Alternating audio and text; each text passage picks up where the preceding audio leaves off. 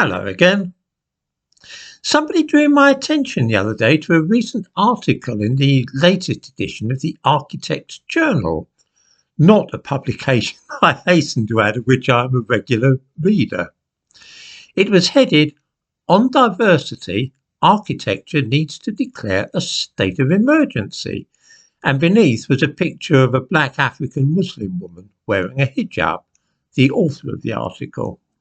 She may be seen in the thumbnail to this video, and I give a link to the article itself in the description to this video. It's worth examining because it shows the awfully distorted view of the world which is shaping Britain today in some quarters. The piece begins, "Growing up, I simply wanted to be an architect. However, moving to Edinburgh to officially start my architecture education, I soon realised I was no longer simply Aisha, the aspiring architect. I was now Aisha, the black Muslim woman architect, because there wasn't any other student there with a similar background to mine." Right there is the nature of the problem, and it's a big problem, which is being so preoccupied with yourself that you think you're more important than anything else going on around you. If I attended some group connected with a particular activity, whether architecture or anything else, then I would almost certainly find that I was the only old hunchback present with a social skills deficit and a moustache. Oh dear, just think. There would be nobody present with a similar background to mine. I'm sure that everybody watching this video is also unique in various ways, some of them important, others very trivial.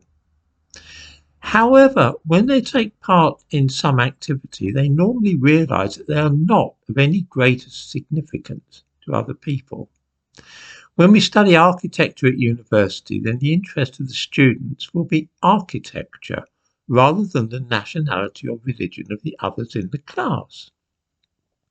The same would apply, of course, if I were involved in joining a church choir or wanted to take part in voluntary work. Those things which make me special and are important to me are nothing to other people, and the group will focus instead on what has drawn us together rather than emphasising our own differences and individuality. The article continues, "To make matters worse, there wasn't a single black tutor, let alone a Muslim one." Now, judging from her name, Aisha Akinole, I gather that she's Nigerian, probably from the north, Hausa or Fulani or something. An unkind person might suggest that if she wanted a black tutor in an architecture lesson who was also a Muslim, then she might have better luck in Kaduna. Except, of course, that she wants a properly recognised qualification which will stand her in good stead throughout the whole world, which she might but not get so easily in Lagos or Kaduna. So she chose to study in Britain, and then complains that the tutor is not a black Muslim and suggests that this is an emergency. She continues, "I soon became curious about the reason for this lack of diversity, and the more I looked, the more I discovered the hidden flaws in the field of architecture. Although there is no thorough data on how many black female architects there are in the UK profession, a 2019 survey suggests that just 1% of registered architects were black.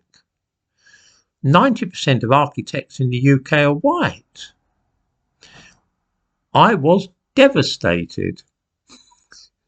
She comes to Britain to study architecture and is then devastated to find that there are very few black architects. Again, one wonders why she chose to study in this country rather than somewhere in Africa, especially since that is where she will evidently be practicing as soon as she's got her degree, because she mentions that the Black Lives Matter movement made me question whether I really wanted this for myself. Would I be able to realise my dream of designing the next iconic building in Africa? In short, she hopes to get a degree from a British university and then go off to Africa to use it. Then we come to something simply breathtaking. In my opinion, the architecture profession needs to declare a state of emergency with regard to its staggering lack of diversity. This is probably about as much as most viewers will wish to hear of this awful young person's views and opinions. It illustrates far more clearly than anything I could myself say the navel gazing of many people who are militant in their demands for diversity and inclusion. These people regard themselves as the most important and special folk in the world, and everything should centre around them and their identity and supposed needs. Why is there such a staggering lack of diversity in architecture? Is it racism or something else? Actually, there isn't really a staggering lack of diversity at all, because there's no shortage of architects in this country of Chinese and Indian origin. I think I'll have to devote a separate video to looking at the real reasons why there are so few black architects in Britain.